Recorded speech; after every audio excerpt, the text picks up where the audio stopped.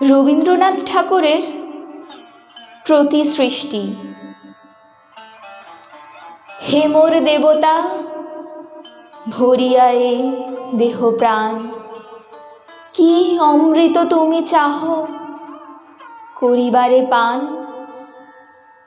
আমার নয়নে তোমার বিশ্ব ছবি, দেখিয়া লইতে সাধ যায় তব কবি।